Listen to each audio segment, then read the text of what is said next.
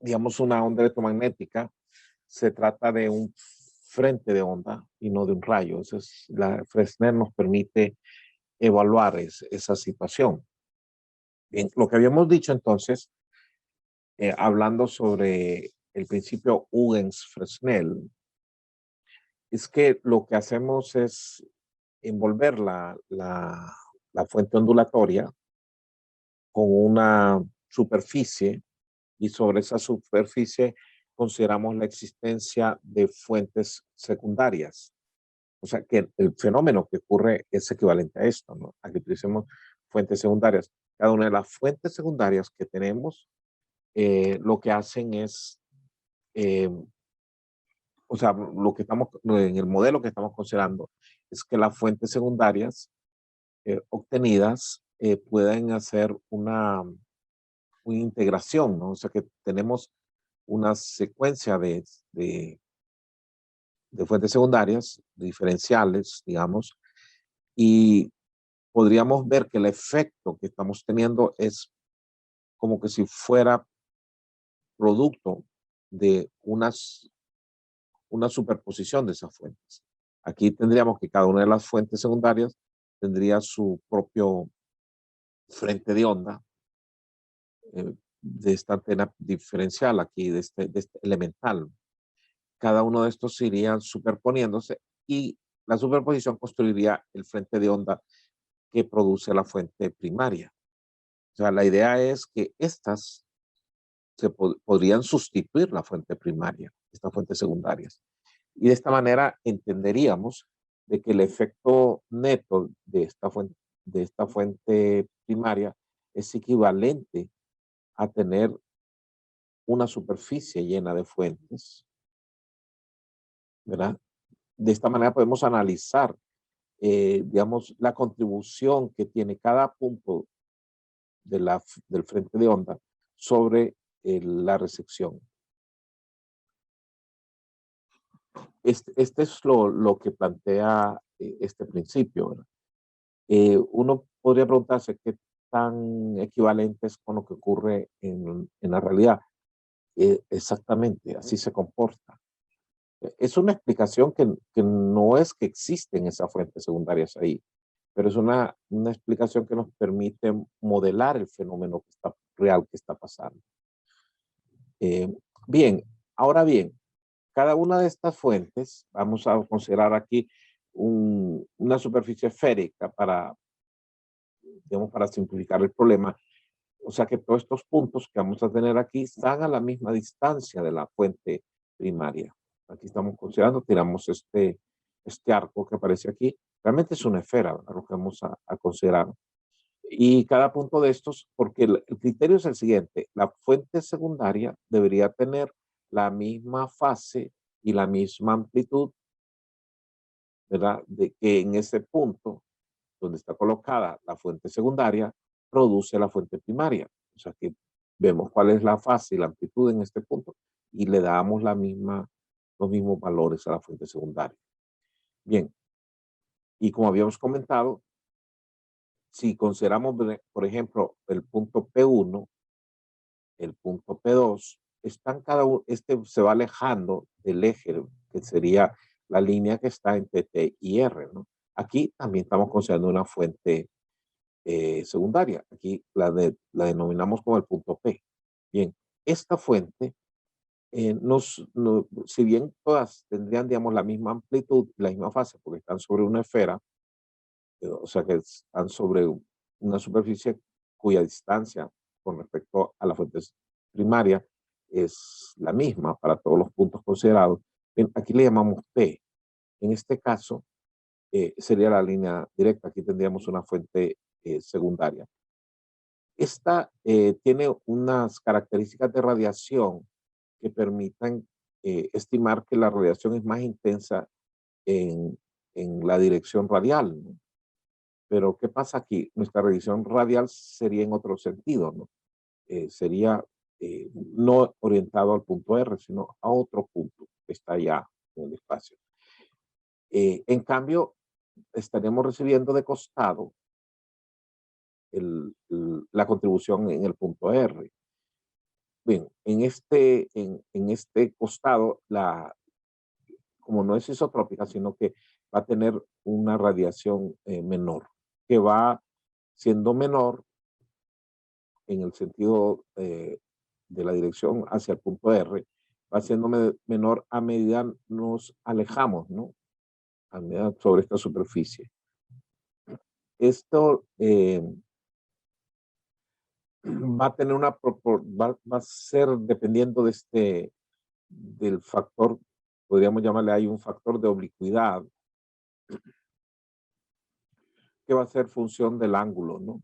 Entre el ángulo se vaya recortando, el valor que se va a producir aquí va a ser menor.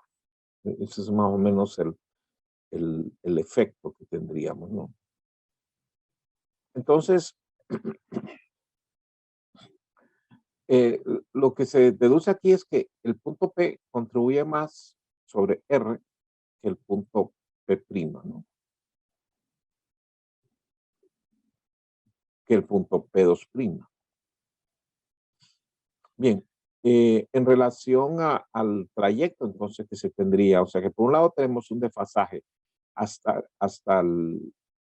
la fuente, y de ahí desde la fuente hasta el punto de recepción tendríamos otro desfasaje.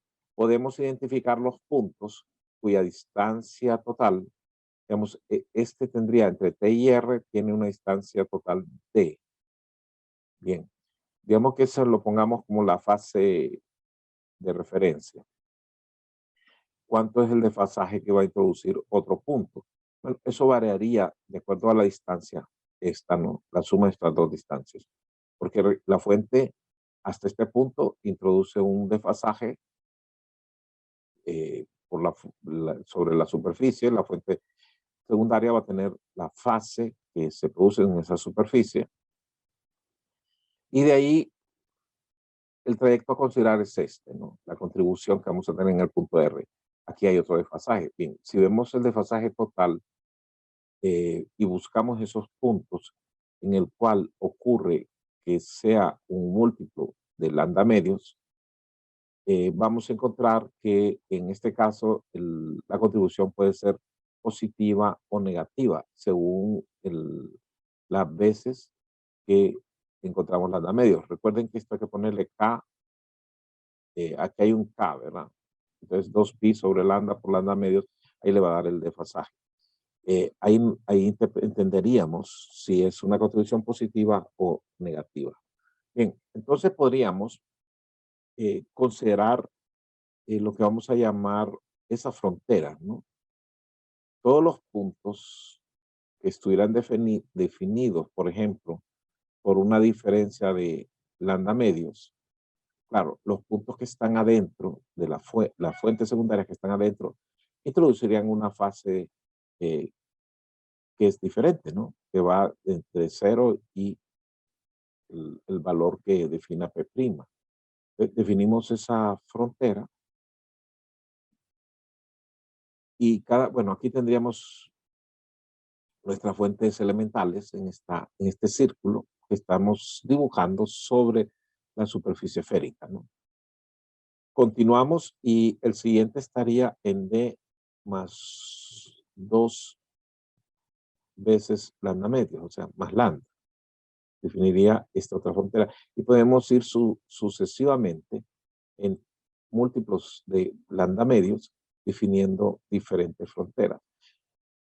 Bien, hemos dicho que cada punto, ¿verdad? Tiene una contribución determinada. Ahora, lo interesante es que aquí los puntos que coinciden con con P'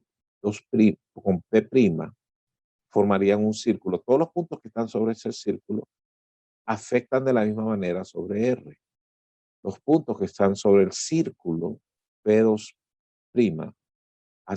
afectan de la misma manera, porque todos los puntos tienen el mismo desfasaje, ¿no? Y P2', P3' también. Y así podemos ir construyendo una serie de círculos concéntricos, ¿no? Eh, bien, aquí lo que estamos tratando es de entender cuál es el problema, ¿no? lo que es, y lo que vamos a ver desde el punto temporal es que estas contribuciones llegan un instante después, ¿no? Que estas, o sea, hay de ahí el desfasaje, ¿no? Em, ¿Y qué más podemos decir de esto? Bien, el otro es, podríamos integrar, digamos, eh, por zonas, integrar todos los puntos, todas las fuentes elementales, hacer una integración de todo esto y ver el efecto neto sobre este punto. De ahí el anillo que se forma entre estas dos fronteras, todas las fuentes elementales las integramos y vemos el efecto neto. Y, y así sucesivamente. Vamos integrando entre frontera y frontera. O sea, la frontera de la zona anterior se forman anillos, es lo que estaríamos eh, definiendo, ¿no? Lo que encontraríamos es que también, si lo vemos desde un punto de vista de esa integración, la contribución de todas las fuentes, la contribución neta de todas las fuentes definidas por un radio que cruza ese punto eh, pues, P' y la comparamos con la contribución de este anillo, vamos a encontrar que también hay una diferencia de fase. O sea que la contribución neta de esta zona con la contribución neta de esta otra y la otra contribución se van alternando. Una es positiva, otra es negativa. Unas suman, otras restan. Esto es un asunto eh, bastante llamativo, ¿verdad? Porque no todos los componentes del frente de onda contribuyen de la misma manera. Y si los agrupamos con estas fronteras, vamos a encontrar que unos contribuyen en forma positiva y otros en forma negativa. Y que lo que recibimos es el efecto neto de todas esas contribuciones. Otra cosa que vamos a encontrar es que la contribución de la primera zona tiene un valor determinado y la contribución del anillo que a continuación tiene un valor más pequeño. Y cada vez va contribuyendo menos y menos y menos, hasta que los que están más alejados tienen menos impacto sobre lo que se está recibiendo en el punto de recepción. Bien, esto tal vez no lo esperábamos, ¿verdad? Bueno, aquí damos un detalle. Dice, la primera zona,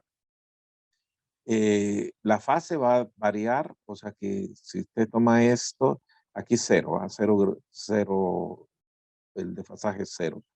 Y la frontera aquí, eh, que es definida por D más lambda medios, es menos pi, ¿verdad? Menos pi el desfasaje. Al integrar todo eso y ver el efecto neto, sería menos pi medios. Ese es el efecto neto que tendríamos. La segunda zona va a variar entre menos pi y menos 2pi. La resultante, que es esta que parece color blanco, va a tener un efecto de menos 3 medios de pi. O sea que entre pi medios y menos 3 medios hay pi. O sea que esta va, digamos, esto tiene un valor positivo y la otra va a restarle. ¿Okay? La otra le va a sumar, la otra le va a restar, sumar, restar. Claro, cada vez es menos la contribución en magnitud, pero van así, ¿no? Unas suman, otras restan. ¿Y cuánto da eso? Bueno, el resultado neto va a ser lo que nosotros recibimos. Es esta la idea, entonces, que tendríamos. La energía que proporciona la primera zona, digamos, lo representamos con una flecha para indicar que si es positivo o negativo, ¿no? Eh, Tiene una magnitud, ¿verdad? Es interesante, es la que más contribuye, todos los puntos, las fuentes elementales incluidas dentro de la primera zona, tendrían una contribución la más alta. De ahí el anillo que se forma entre la frontera que tenemos de la primera zona y la segunda sería una contribución menor, pero fíjense, es en sentido opuesto. O sea, le va a restar. Entonces lo que queda es una cantidad más chica, ¿no? Pero después suma, después resta, y así vamos según la zona que estemos considerando, aunque los valores cada vez son más chicos, va a haber un incremento, ¿no? Va a irse incrementando. Pero es evidente que en la primera zona es la que más contribuye. Todas las fuentes elementales, secundarias, elementales de la primera zona son las que más contribuyen. Entonces, ¿qué vamos a observar aquí? Se puede apreciar que la primera zona y las zonas impares están todas en contrafase, ¿no? Esta sería primera, segunda, tercera, cuarta. Ese es el número que le asignamos a cada zona que hemos definido. Y, bueno, uno podría decir, si pudiéramos bloquear estas zonas, lo que tendríamos es un aumento neto. Y sí, en la práctica se ha demostrado, ¿no? Hay que primero encontrar cuál es el radio de esas zonas, en términos de la definición que hemos considerado para sus fronteras. Eh, en la práctica se puede demostrar que una serie de círculos concéntricos tapando estas zonas resulta en un incremento. O sea que se ha hecho experimentos de ese tipo. De hecho, es el principio sobre el cual se basan. Hay unos lentes que son, no sé si los han visto, lentes planos. A veces viene una regla que tiene un elemento de plástico y tiene una serie de círculos concéntricos. Y usted pone eso encima de cualquier imagen que quiere ver y se ve ampliada. O sea, aumenta el tamaño. Y está basado es un lente de Fresnel, se le llama eso, que son círculos concéntricos. Eso se usa bastante, ¿verdad? Es ese principio. Sí, es cierto, ¿no? Se amplifica. O sea que aumenta la intensidad de lo que estamos recibiendo. Bien, entonces la contribución de cada zona va restando una a la otra. Esto se puede ver en el siguiente experimento. Se ha hecho un experimento, lo vamos a poner en una gráfica, incluso se ha hecho porque uno dice, bueno, pero ¿pasa lo mismo con las ondas radioeléctricas? Sí, pasa lo mismo, es comprobado, ¿no? Es real. Vamos a ver cuál es el experimento que vamos a hacer. Tenemos 3 pasos. Primero, ponemos el transmisor y ponemos el receptor y medimos la intensidad. Vamos a ponerlo que la intensidad, esta es una forma relativa que estamos presentando la intensidad. Digamos que da un valor que se puede llamar A sobre 2. Eso es lo que da. Eso es digamos, lo que recibiríamos del campo en el espacio libre, ¿no? Lo vamos a llamar así.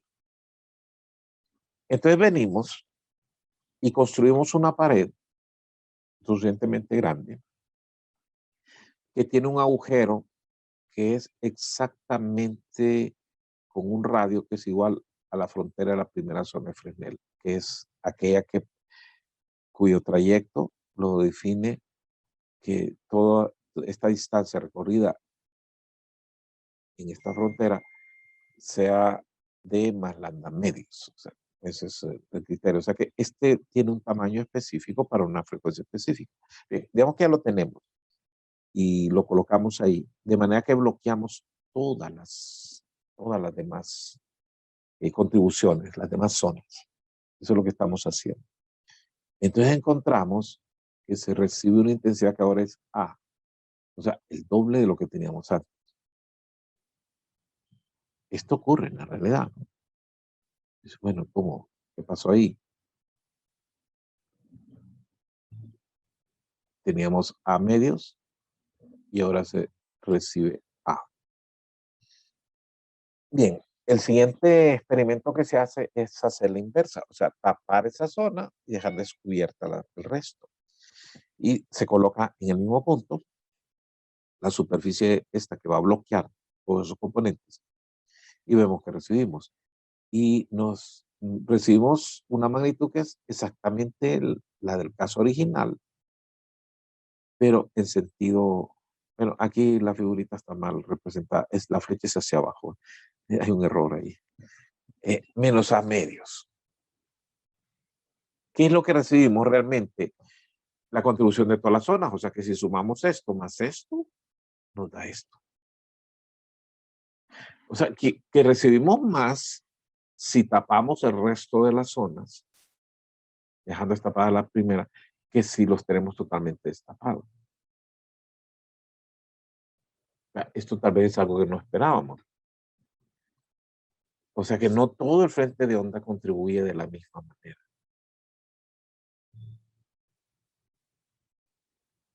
¿Bien? Y esto plantea una serie de asuntos, ¿verdad? Porque uno podría, bueno, lo que sale aquí, lo primerito que sale de este experimento es que la mayor energía de la onda, miren ustedes, está concentrada en la primera zona. O sea que si de alguna manera logramos esto que quede totalmente, cualquiera que sea la situación, que esto quede libre, nos estamos asegurando que estamos conservando la zona que aporta más desde ese punto de vista. Las demás aportan, pero gradualmente es menos. Pero si sumamos todas las zonas, tiene un efecto neto totalmente más bien, negativo, o sea que más bien me está recibiendo. Ahora, la pregunta que uno se haría aquí, bueno, pero ¿cómo es que aumentó esto? O sea, ¿de dónde salió esta energía extra? Eh, Porque uno podría decir, bueno, aquí hubo una creación de energía o que algo que la hizo que aumentara. No, no es eso lo que está ocurriendo. Lo que está pasando es una redistribución de la misma energía cuando nosotros bloqueamos aquí. Es el efecto de una lupa, ¿verdad? De un lente, lo que estaríamos produciendo.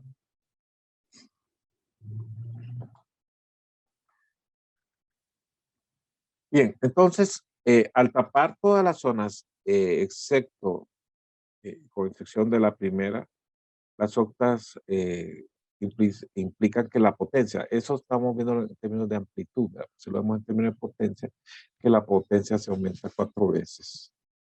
¿Verdad? Uno podría pensar que esto está en contradicción con el principio de conservación de energía, ¿verdad? Pero no, como les estaba mencionando, eh, no es así, ¿verdad? Lo que ocurrió es que, en primer caso, es que todas las zonas que estaban descubiertas tenemos puntos brillantes y puntos en sombra, ¿no? En cambio, cuando tapamos las demás zonas, cambia la configuración, ¿verdad? Quedando un punto más brillante y el resto oscuro, ¿verdad? No, o sea que no se interfieren las zonas unas con otras. Es decir, que toda la energía estaba distribuida eh, en el primer caso, al pasar al segundo caso, es como si hubiéramos concentrado en un punto, ¿no? Está como si fuera el efecto de la lupa, lo que estaba comentando. Bien, ¿qué es lo que nos interesa? Entonces, dado que este fenómeno sí es real, o sea, que es la realidad, o sea, que la idea del rayo no es real, esto sí es un frente de onda. Entonces, tenemos que tener cuidado. No solamente es la línea entre los dos puntos la que interesa que esté totalmente libre, sino, bueno, pensaríamos la primera zona de Fresnel, porque ahí está concentrada la mayor cantidad de energía. Bien, primero necesitaríamos entonces encontrar el tamaño de ese radio. Y ese es el asunto a abordar ahora. Bien, dependiendo de dónde nos ubiquemos, porque el asunto es mantener esta diferencia, ¿no? D más lambda medios. Eso en cuanto a la primera, ¿va? Y en cuanto a la segunda, sería dos veces ese valor, ¿va? Sería un n lambda. Bueno, encontrar esa frontera. Eh, Bien, recuerden que esa frontera está dibujada sobre una esfera, ¿no? Porque es una esfera que envuelve la fuente primaria. Eh, Bien, entonces es difícil, ¿verdad? Dibujar un círculo sobre una esfera y encontrar el radio. Bien, parece ser un poco no tan simple. Bien, entonces vamos a buscarle una aproximación a esto.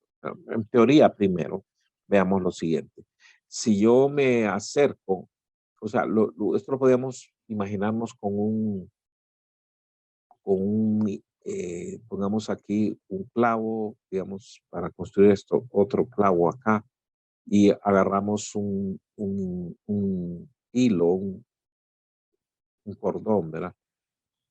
Medimos la distancia, digamos una distancia determinada, y amarramos y ponemos un lápiz y movemos el lápiz y se construiría la elipsoide. ¿Qué en común tienen todos los puntos que están sobre la elipsoide?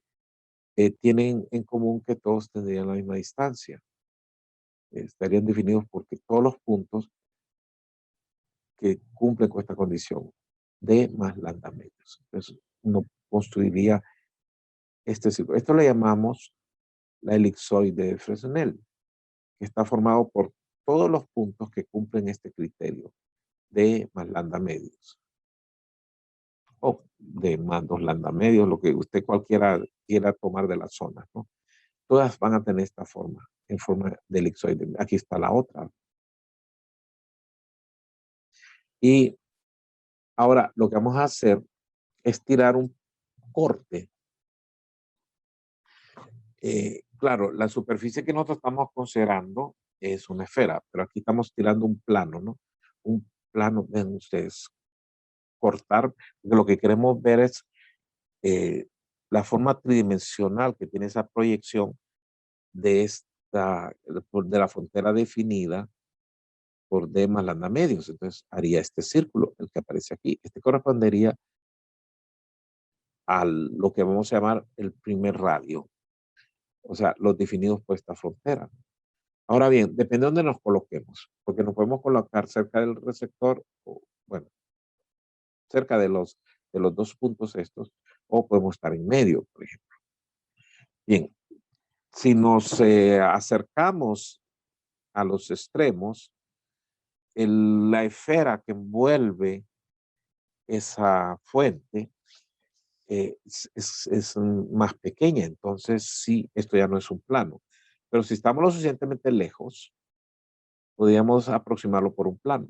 ¿Por qué queremos aproximarlo por un plano? Porque va a ser más fácil encontrar el radio. Entonces, eso es lo que vamos a hacer. Entonces, nos va a dar una aproximación del radio con la salvedad que cerca de las antenas ya no es tan preciso lo que vamos a tener. Bien, entonces esta figura nos va a servir de criterio y lo que queremos encontrar cuál es esta. Aquí se le llama F1 en la nomenclatura que se usa para estos casos, se le llama F1 o R1, el radio de Fresnel, ¿no? Muy bien. Entonces, aquí tenemos la figurita esa ya un poco limpia. Entonces, vamos a considerar que es un corte vertical. Tenemos el punto TR. Tenemos que lo que andamos buscando es esta distancia. Y cómo lo hacemos. Entonces, aquí tenemos un triángulo. Vean ustedes, se forma un triángulo acá. Vamos a ver. Tenemos el camino corto es TR, ¿no? Que sería eh, la suma de, vamos a ver, sería el camino T o R. Esa es la distancia directa, ¿no? Ese es el radio, lo que nosotros llamaríamos el rayo. Bien, y este sería la frontera a cualquiera de los círculos concéntricos que se están formando. Y tenemos un punto C allí, R. Bueno, tendríamos TC más CR. Bien, entonces, ¿qué tenemos? Por un lado, TC más CR, esto que tenemos acá, va a ser igual a TOC, perdón, TOR, TOR más N lambda medios. Porque la diferencia este es D y este es D más lambda medios. Entonces, esto TOR es D, ¿ok? Más N lambda medios. Bien, entonces, esta es la hipotenusa de este triángulo, ¿ok? Este triángulo que se forman dos triángulos. Todos tienen, los dos triángulos tienen en común que tienen el radio acá. Y tienen un lado que es el radio y otro lado que es, le vamos a llamar D1 y el otro D2. Bien, entonces usando Pitágoras encontramos TC, que es la hipotenusa de este triángulo, y la hipotenusa del otro triángulo, y lo sumamos, como dice acá. Bien, entonces lo primero es D1, el lado de acá, más H, como le estamos llamando aquí radio, H cuadrado, la raíz de eso, ¿no? Más D2 al cuadrado más H cuadrado. Eso va a ser igual a DOR, que es D1 más D2, D1 más D2, más N lambda medios. Bien, la distancia de 1, definitivamente esa distancia es muchísimo, pero por mucho, mayor que ese radio, ¿no? Es mucho, mucho. Bien, entonces eso lo sabemos. D1 es mucho mayor que H.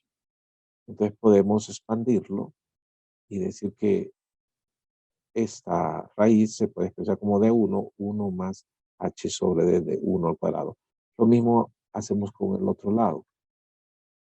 Ocurre lo mismo. D2 es mucho mayor que H.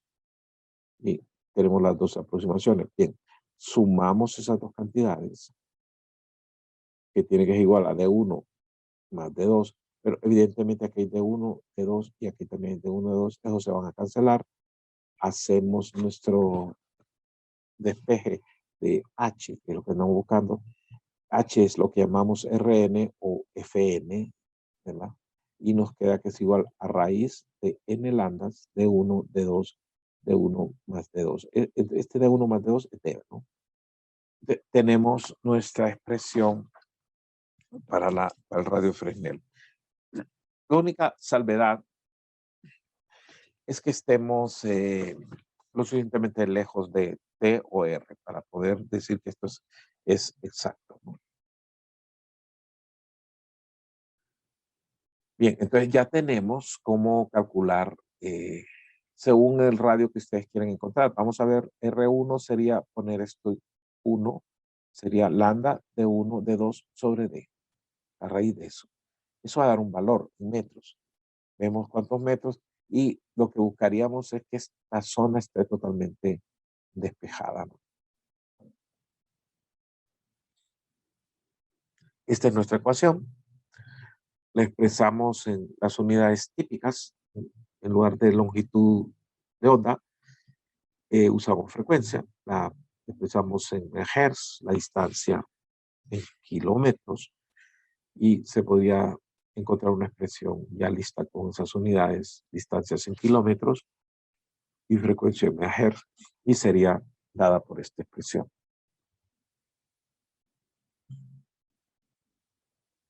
Bien.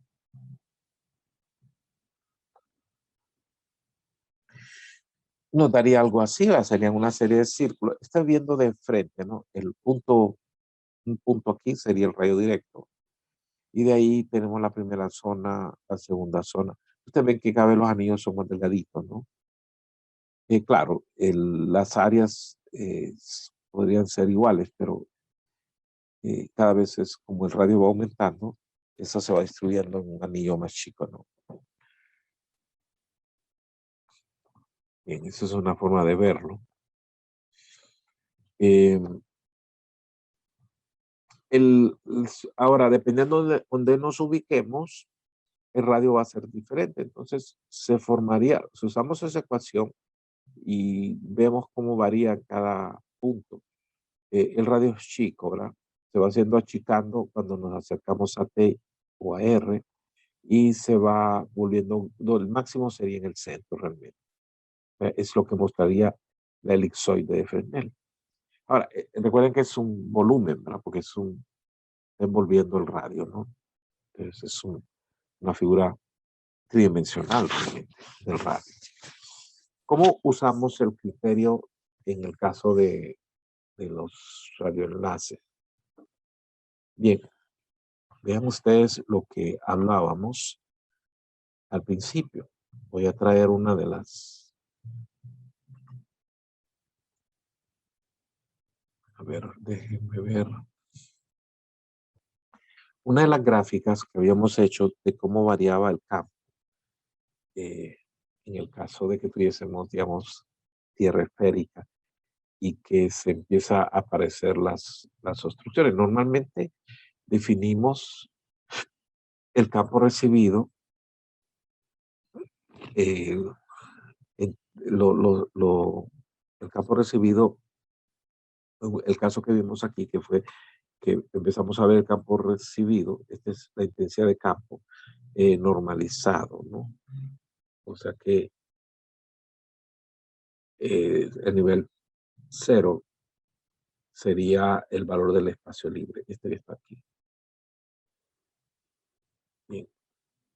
Y lo que va pasando es que la superficie esférica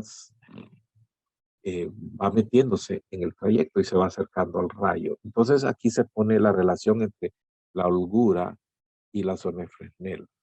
Cuando es 0.6, o sea, cuando tenemos el 60%, coincide con el valor del espacio libre. Ese es lo que resulta. Entonces, normalmente se usa un criterio, no necesariamente que tengamos toda la primera zona de Fresnel, sino que tengamos el 60%.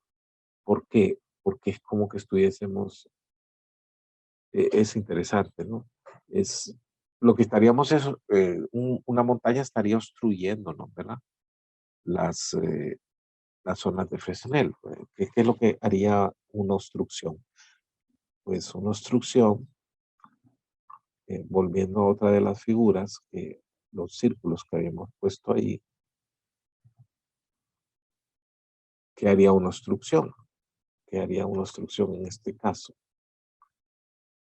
Digamos que aparece una obstrucción en la parte de abajo. eh, Podría ser así, ¿no? La montaña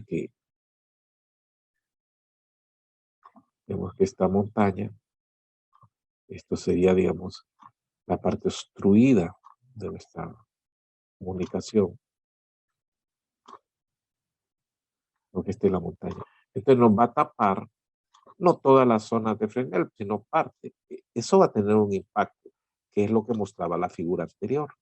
O sea que el campo, si yo tengo, eh, digamos, este es el punto, y lo que se está buscando, digamos, si ustedes toman esta distancia, lo que estaremos buscando que esto sea 0.6,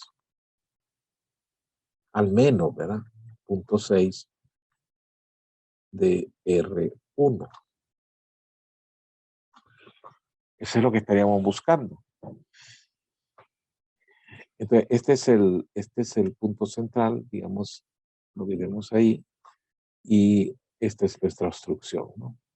Todo esto es nuestra obstrucción. Entonces, si esto sube, el campo se va a reducir, ¿verdad? Y si esto se sigue subiendo hasta tapar, recuerden que estamos diciendo que en esta zona está concentrada la mayor cantidad de energía. Bien, que me obstruya las otras no tiene tanto impacto como que me empiece a obstruir la primera zona, por lo que apuntábamos anteriormente. Entonces, si lo tenemos en 0.6, pues uno diría que tenemos el mismo valor del espacio libre. O sea, que podríamos usar Flex siempre y cuando no tengamos reflexiones, porque la reflexión es un extra, un efecto adicional. Pero digamos que no hubiera reflexión. ¿Por qué no podría haber reflexión?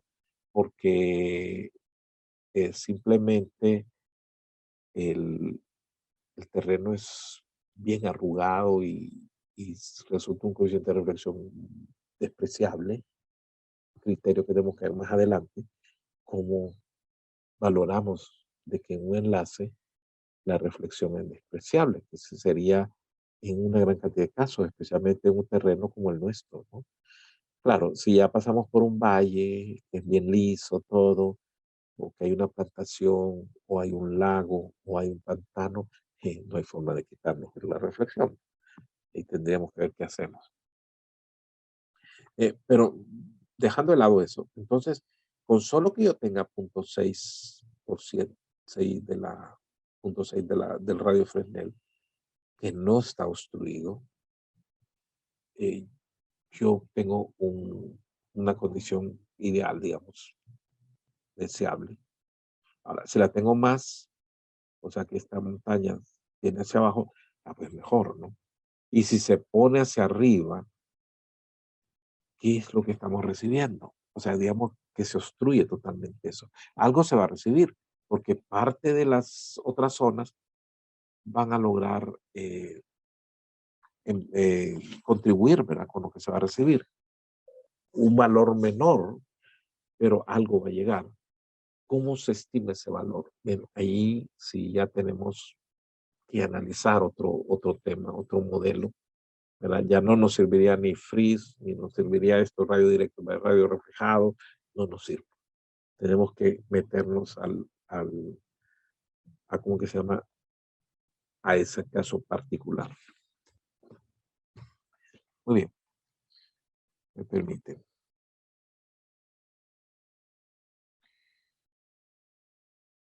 Bien, entonces, esto es lo que en la práctica tendríamos. Este es el problema a considerar. O sea, dibujar o considerar en todo el trayecto lo que sería la zona de Fresnel que tendríamos. Porque como vimos en cada lugar, por la ecuación que tenemos, ¿no? Va cambiando según el valor de uno de 2. De uno es el punto donde estamos observando. De 2 sería desde ese punto hasta el destino, ¿no? De uno más de 2 es D. Entonces, vamos a ver, nos vamos moviendo, calculamos la zona de Fresnel y de manera que tenemos una idea de todo el trayectorio.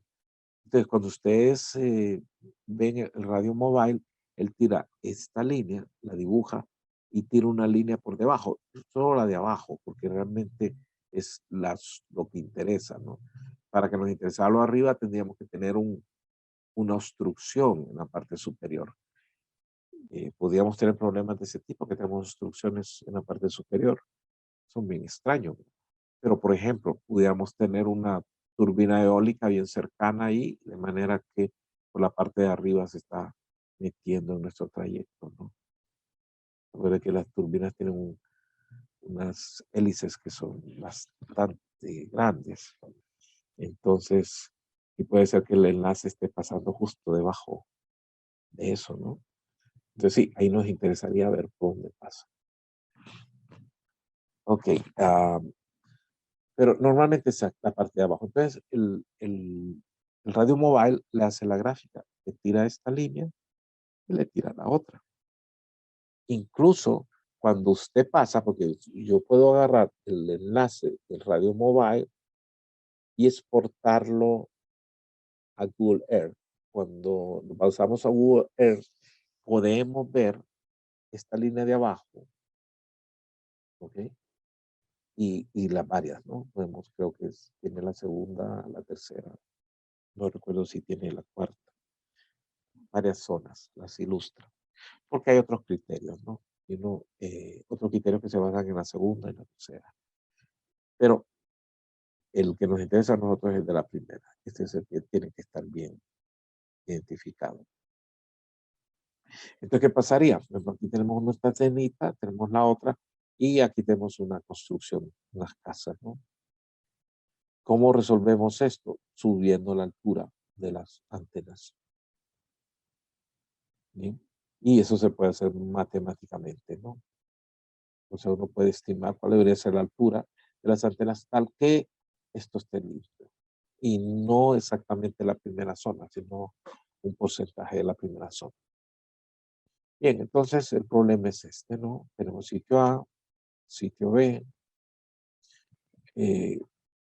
la elipsoide de Fresnel, y bueno, vamos a evaluar según D1, D2 en cada uno de los puntos donde nosotros veamos que puede haber problemas.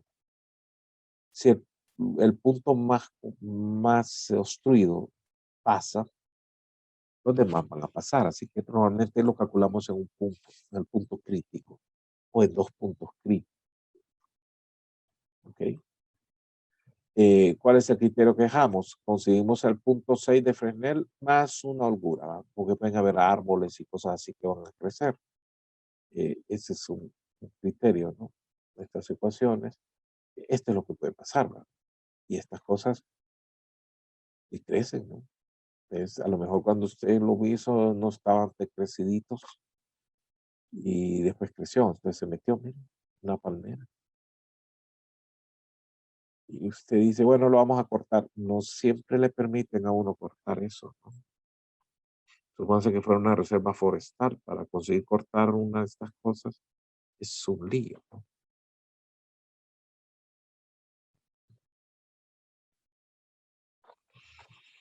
Bien, vamos a ver nuestro tiempo.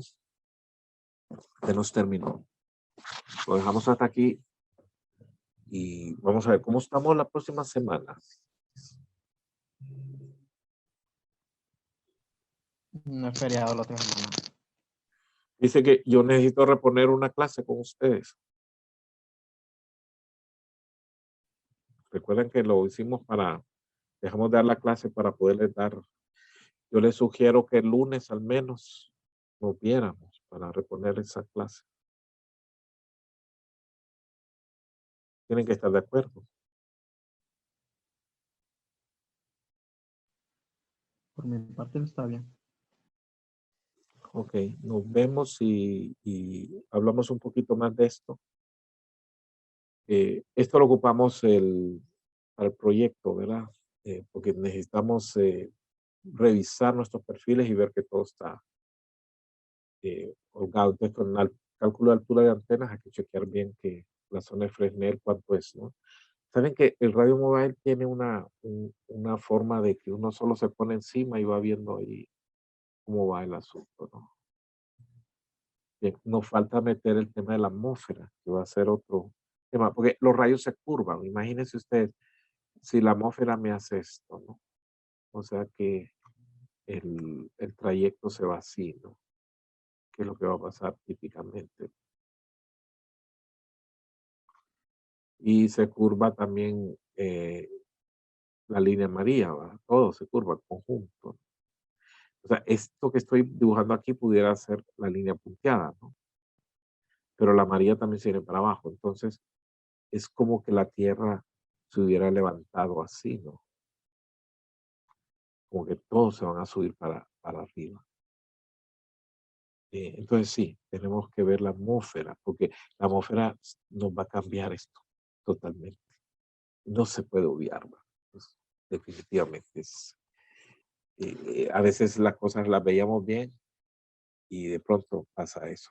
Ahora bien, ¿en qué programa podemos visualizar un poco eso?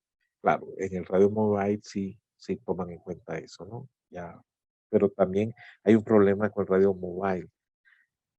Eso fue hecho por un canadiense, ¿no? Entonces la atmósfera de allá es un poco diferente a la nuestra. Entonces el programa creo que no permite hacer el ajuste para nuestra atmósfera, nuestros casos más críticos. Esa es una limitación, ¿verdad? Ahora uno exporta esto al Google Earth. ¿Cuál es el problema? El Google Earth no toma en cuenta la atmósfera. Lo único que él pone es la topografía. Entonces, lo que estamos viendo cuando exportamos de uno al otro no es exactamente lo que está pasando. Eso nos lleva a buscar soluciones que nos permitan ver la cosa con precisión. Por eso les puse una hoja de Excel, que ahí sí lo podemos ver todo, ¿no? Tal como lo anticipamos. Muy bien, lo veremos en la próxima entonces.